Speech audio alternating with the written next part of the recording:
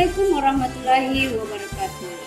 Saya Herawati SPD, calon guru penggerak angkatan 7 dari SMA Negeri 15 Makassar. Kali ini saya akan melakukan praktik coaching untuk supervisi akademik bersama Dotrandes Juni. Beliau adalah guru matematika. Bagaimana di sini saya melakukan coaching bersama beliau. Simak video kami.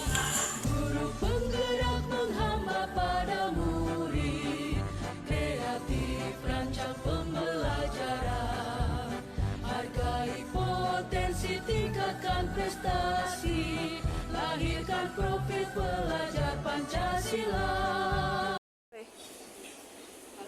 Halo Pak John, selamat pagi. Bagaimana kabar Pak? Alhamdulillah. Pak John, saya hari ini hanya mau menginformasikan kepada kita bahwa kita akan melakukan supervisi. Kemudian adapun pelaksanaan dari supervisi akademik itu sesuai dengan kesepakatan kita akan lakukan besok Pak ya. Ya Ciki Pak. Siap. Jam berapa waktu tak bisa Pak? Kalau bisa jam pertama. Oh, jam pertama. Oke Pak. Oke. Nah sebelum kita melakukan observasi Pak, tentu saya hanya menyampaikan bahwa kegiatan supervisi ini bukan untuk menggurui, bukan untuk mencari benar salahnya Pak John dalam mengajar. Di sini tujuannya ini kita hanya sebagai mitra, saya sebagai supervisor yang akan supervisi Pak John. Bagaimana kita bisa sharing Pak ya? Itu tujuan supervisi kita. Jadi bukan istilahnya kayak saya ada yang kita mau cari benar salahnya dalam pembelajaran yang dilakukan bersama Pak John. Jadi selama supervisi ini nantinya kita Pak John merasa nyaman pada saat supervisi, tidak tertekan ya. Jadi usahakan ciptakan rasa nyaman pada saat supervisi ya, Pak. Nah tentunya supervisi nantinya ini tentu ada materi yang akan kita ajarkan Pak ya. Ya materi apa kita yang kita ajarkan? Saya mau bawakan perbandingan Kelas berapa itu Pak? kelas 10. Kelas 10 IPA 10 IPA 6. 10 IPA. Oke. Nah, kalau dalam membawakan materi nanti di kelas, materi perbandingan trigonometri Pak Di, tentu ada strategi-strategi atau ada media tidak yang kita gunakan pada saat pembelajaran nanti Pak? Untuk materi ini belum ada, mungkin materi selanjutnya baru ada. Ini hanya semacam apa itu Pak dalam materi yang kita ajarkan nantinya? Materi menampilkan bentuk-bentuk segitiga, kemudian menjelaskan tentang bagaimana membuat perbandingan dari segitiga siku-siku. Ya. Berarti itu sudah masuk di tujuan Pak Di, tujuan pembelajaran kita. Iya.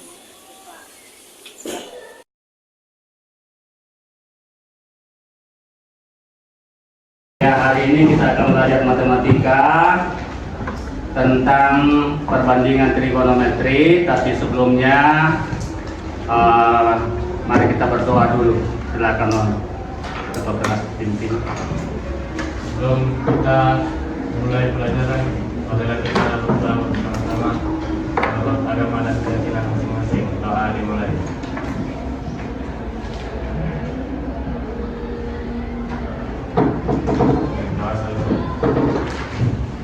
Iya, jadi kalau kita memulai belajar yang kita bangun dulu adalah konsentrasi dan motivasi. Kapan tidak dimiliki itu, maka sangat tidak mungkin memahami apa yang akan disampaikan.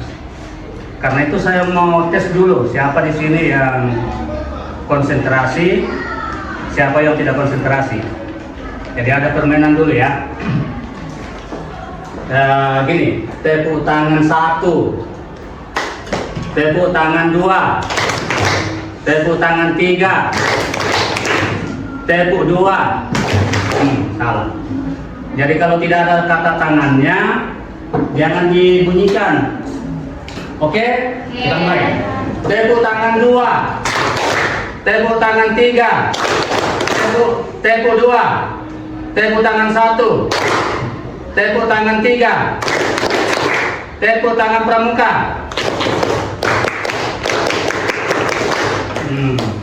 Hanya pramukanya yang rata-rata benar, yang lain masih bingung.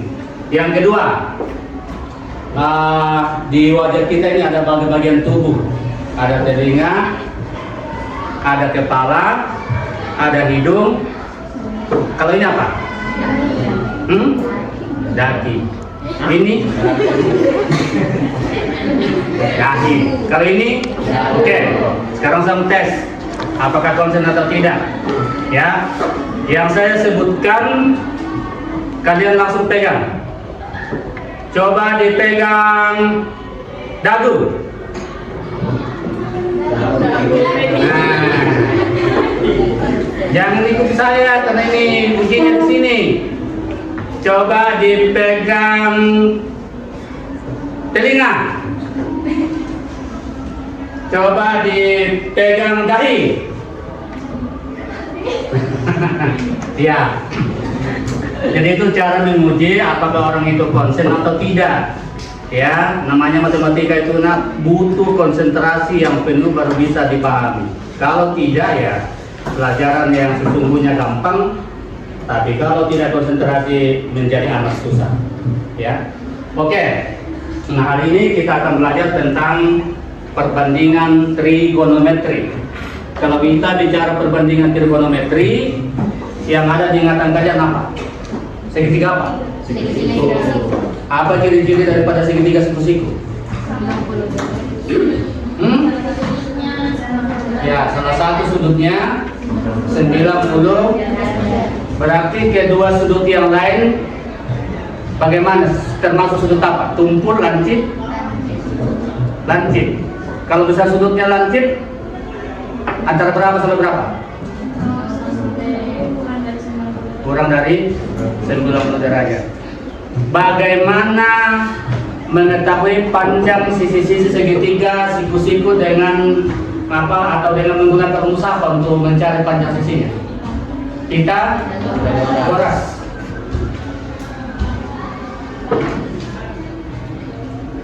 Ada yang tahu rumus Pythagoras atau definisinya? Ada dalam bentuk kata-kata, ada dalam bentuk rumus. Siapa yang tahu dalam bentuk kata-kata? Karena ini erat sekali dengan perbandingan trigonometri. Rupa soal-soal yang menyangkut perbandingan trigonometri hanya bisa dijawab kalau tahu rumus Pythagoras. Ada yang ingat tentang definisi dalam bentuk kata-kata? Apa ada yang bilang Pythagoras? Pythagoras mengatakan bahwa sisi miring pangkat 2 sama dengan sisi siku-siku pangkat 2 ditambah sisi siku-siku pangkat 2. Ya toh? Misalnya segitiganya seperti ini. Ya, ini tanda seperti itu menunjukkan 90 derajat. Ini namanya sisi siku-siku. Ini juga, ini namanya sisi miring atau biasa disebut apotema. Sekarang kalau misalnya saya kasih simbol begini, R, X, Y. R sama dengan berapa? Misalnya ditanyakan, karena ini erat sekali dengan perbandingan trigonometri. Kita tidak bisa membuat perbandingan trigonometri kalau ketiga sisi ini tidak ada yang diketahui. Rumusnya itu bagaimana kalau mencari sisi miring? Kan ada tadi. Ini rumus umumnya, nah, R pangkat 2 sama dengan X pangkat 2 tambah Y pangkat 2. Tapi kan bukan R pangkat 2 yang dicari, yang dicari adalah R. Bagaimana merubah rumus itu? X per Y. Kalau pangkat di ruas kiri dihilangkan, maka di sebelah kanan diapakan?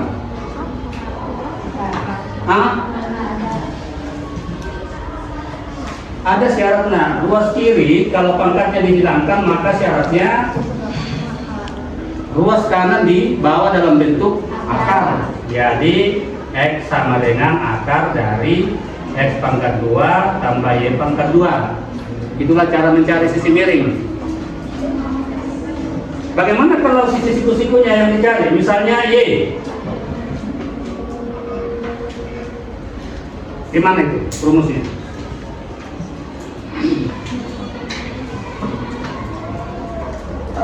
Ini persamaan linear biasa kalau kita masuk ke persamaan matematika. Kalau sisi miringnya ditanyakan, maka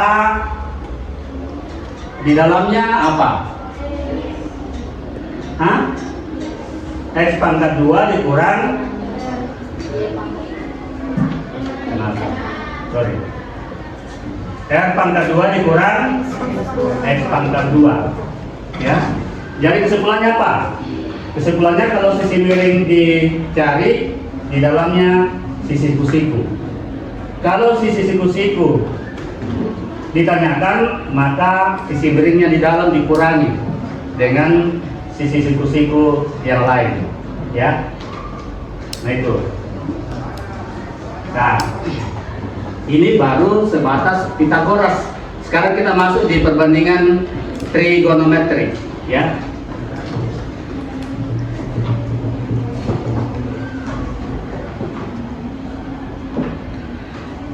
Saya kasih simbol seperti ini, X, R, Y.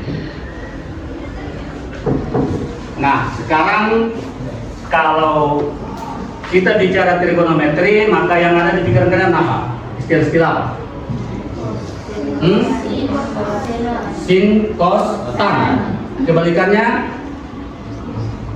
Sin kebalikannya apa? Kosek, kosekan. Cos kebalikannya apa? Sekan. Tan kebalikannya apa? Nah, sekarang bagaimana membuat perbandingan trigonometri itu terhadap segitiga ini? Katakanlah segitiga A, B, C. Ada juga aturannya. Dan kuncinya ada di sudut yang diketahui. Ya.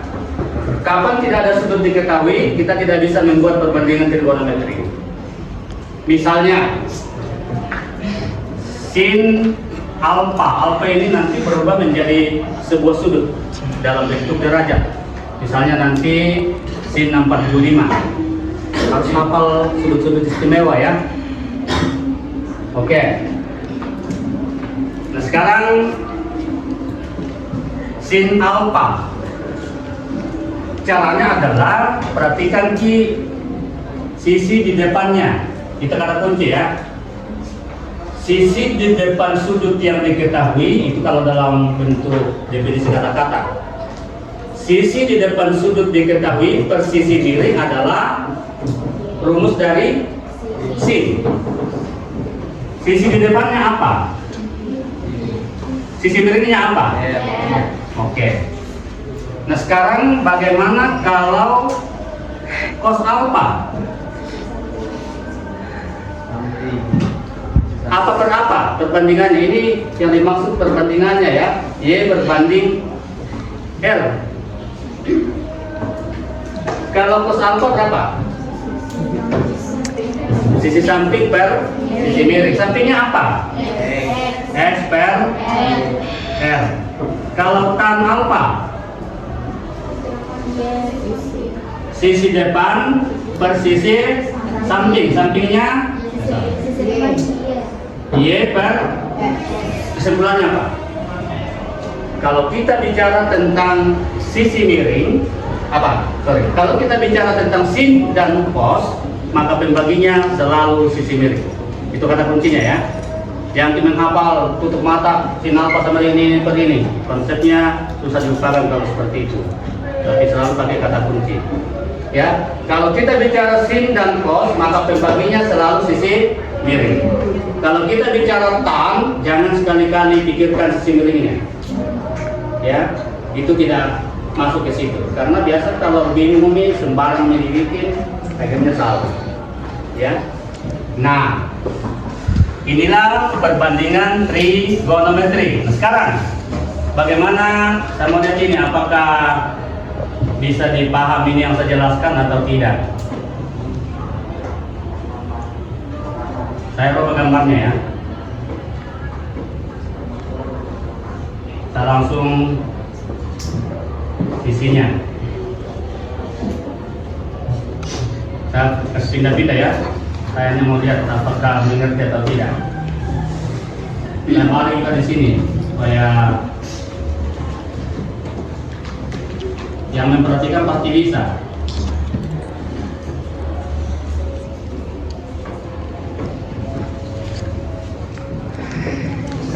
Kalau modelnya seperti begini, tidak mutlak selalu diurut dari atas, tapi masuk di kata kunci pertama tadi. Lihat visinya, karena itu patokannya. Ya, jadi bisa ini dijawab dulu. Ada yang bisa membuat perbandingannya ini? Karena saya mengajar, saya buat gambar seperti begini. Kalau ada yang mengatakan, saya tanya sisi miring yang mana? Oh ye. Kenapa bisa ye? Karena itu yang miring. Nah, tidak begitu logikanya ya kalau kita melihat segitiga siku-siku. Ada yang mau bikin perbandingannya ini? Halo?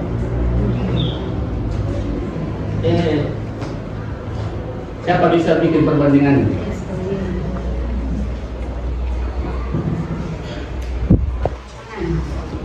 Satu saja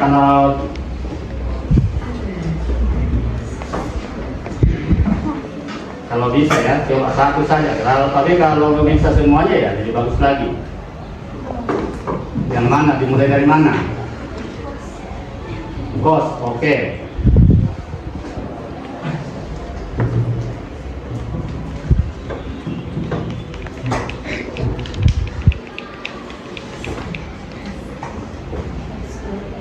Nah, itu kan baru saya bilang tadi. Saya mau tanya dulu, sisi miringnya yang mana? Yes. Hah? Yes. Apa tadi kata kuncinya?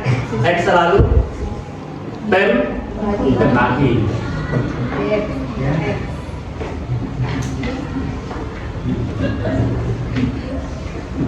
Saya sengaja putar gambarnya, hanya saya mau mengetahui siapa yang fokus pasti bisa. Karena orang yang paham, mengerti, diputar bagaimana itu gambar, pasti dia tahu. Karena sudah ada kata kuncinya tadi. Oke. Kita duduk. Ada yang bisa? Halo, ada? Sisi miring sudah tahu kan? Sisi miring yang mana? Untuk mengetahui sisi miringnya, perhatikan garis yang tidak ada simbol ini atau lambang ini. Garis itulah yang merupakan sisi miring. Ini kan ada tanda di sini, berarti ini sisi siku-siku, ini sisi siku-siku, ini sisi miring. Jangan karena kalian melihat gambar lalu mengatakan bukan miring ini pak, ini yang miring. Nah begitu. Ya. Selalu kalau kalian tidak supaya jangan salah bikin perbandingan yang salah, kata kuncinya ada di sini. Ya. Tadi saya bilang sisi sin sama dengan sisi di depan sudut diketahui per sisi miring. Itu sin. Nah, sekarang sudutnya ini yang diketahui kan? Ini apa yang ada di depannya? Set. Sisi miringnya yang mana? X. Selesai kan? Nah, sekarang cos. Karena ini set sudah digunakan, berarti tinggal Y per X. Dan tan, ya, yang mana? Tan, set per Y, ya. Oke? Oke. Nah, ini baru kita membuat perbandingan. Bagaimana kalau saya rubah di sini menjadi 45 derajat, 60 derajat. Biasanya yang dipakai adalah sudut-sudut istimewa. Karena sudut istimewa itu sudah dihafal nilainya.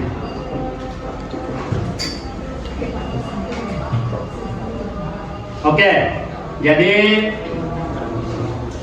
kesimpulan yang kita dapatkan dari materi ini, dari perbandingan trigonometri adalah bisa membedakan mana sisi siku-siku, mana sisi miring, kemudian perhatikan sudut yang diketahui. Ya. Yang kedua, kuncinya ada di sin, karena itu yang pertama dibuat. Ya. Kemudian berikutnya, hafal rumus sesuai dengan kata kunci. Jangan nanti menghafal seperti waktu SMP, tutup mata hafal ini itu gampang dilupakan. Ya. Tapi kalau ada kata kunci itu tidak bisa dilupakan sampai selama-lamanya.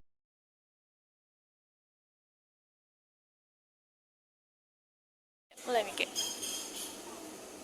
Oke, Pak John, tadi kan kita sudah observasi di kelas. Iya, Bu. Saya sudah melihat bagaimana Pak John melakukan pembelajaran di kelas. Tentunya ada perasaan apakah itu senang atau bagaimana. Bagaimana perasaan Pak setelah supervisi ini, Pak? Ya cukup senang karena rata-rata siswa itu tuh tertib dan aktif mengikuti terus pembelajaran dari awal sampai akhir. Iya. Iya. Oke.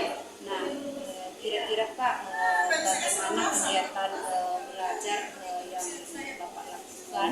Apakah ini sudah sesuai dengan RPP yang kita buat? Sudah, Bu. Ya. Terus untuk mengetahui tingkat pemahaman siswa pada saat kita belajar itu bagaimana caranya kita bisa mengukur kemampuan siswa?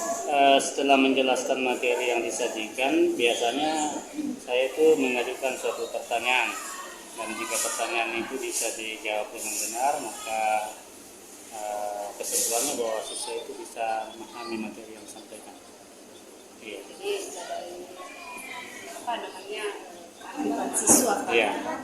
anggapnya mereka ya begitu Pak, ini Iya. anggapnya mereka terhadap soal yang diberikan. Iya, iya.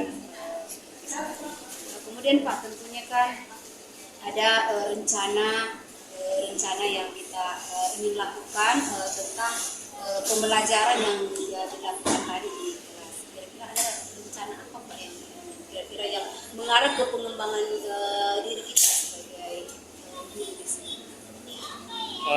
Yang pertama barangkali saya rencanakan membuat suatu model-model pembelajaran yang lebih menarik lagi, sehingga setiap mengajarkan materi itu siswa lebih aktif dan lebih tertarik untuk mengikuti terus pembelajaran.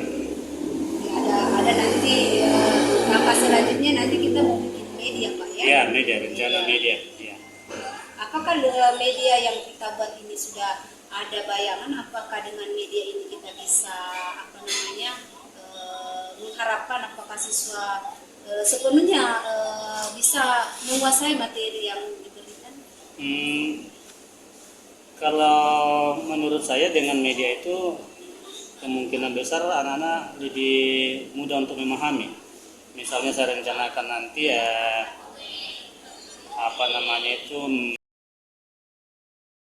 Demikianlah pemaparan aksi nyata kami tentang coaching untuk supervisi akademik bersama Dotrandes Joni. Semoga bermanfaat.